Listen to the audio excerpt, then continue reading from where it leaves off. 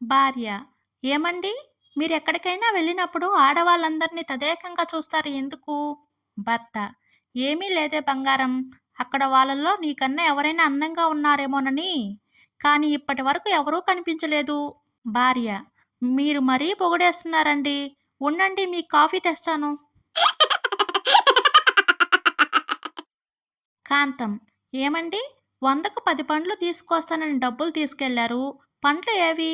వెంగలప్ప: అంతా మోసం. నన్ను ముంచేశారు. కాంతం: ఏం జరిగింది?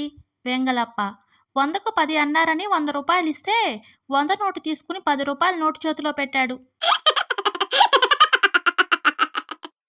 విజయ్: అదేంట్రా సునీల్, నీకన్నా పెద్దమ్మాయిని పెళ్లి చేసుకున్నావు? సునీల్: అదేం లేదు బ్రో. మనకన్నా పెద్దవాళ్ళ చేతిలో తన్నులు తిన్నా ఏదో పెద్దోళ్ళు కొట్టారులే అని సర్దుకుపోవచ్చుగా. తన పుట్టినరోజు అని ఫ్రెండ్స్ని ఇంటికి పిలిచి పార్టీ ఇచ్చాడు సంజు. ఏరా సంజు, మేమంతా మా ఇళ్లల్లో మా ఆడవాళ్ళు పెట్టే బాధలు చెప్పుకుంటుంటే నువ్వేంట్రా మీ ఆవిడని తెగ పొగిడేస్తున్నావు అన్నారు మిగతా ఫ్రెండ్స్. ఒరేయ్, నోరు మూసుకోండ్రా, అటు చూడండి మా ఆవిడ తలుపు పక్కనే ఉంది, భయంతో కూడిన కోపంతో చెప్పాడు సంజు.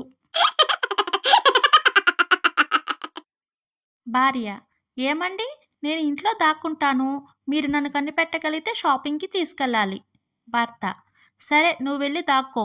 పాపం వారం రోజులుగా ఆమె అతడి ఎదుట తిరుగుతున్నా అతడు కనిపెట్టలేకపోతున్నాడు. భర్త: ఏమోయ్ కాంతం, నువ్వు రోడ్డుపై వెళ్తుంటే 100 నోటు 500 నోటు కనిపిస్తే నువ్వేది తీసుకుంటావు? భార్య: నేనేమైనా తింగరదాన్ని అనుకుంటున్నారా? 500 నోటే తీసుకుంటాను. భర్త: నువ్వు నిజంగానే తింగరే. ఎవరైనా 2 నోట్లు తీసుకుంటారు.